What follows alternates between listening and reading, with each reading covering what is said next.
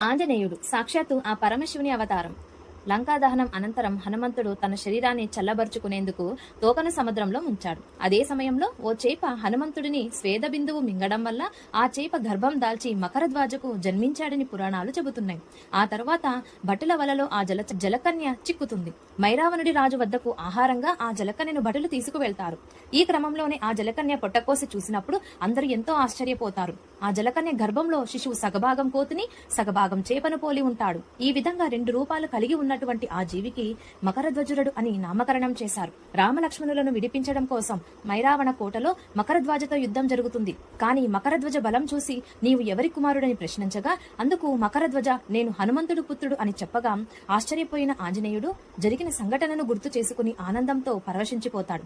మైరావణుని సంహరించి రామలక్ష్మణులను విడిపించడమే కాకుండా మకరధ్వజుడిని పాతాళానికి అధిపతిగా చేస్తారు. ఈ వీడియో మీకు నచ్చినట్లయితే ఒక్క లైక్ చేయండి.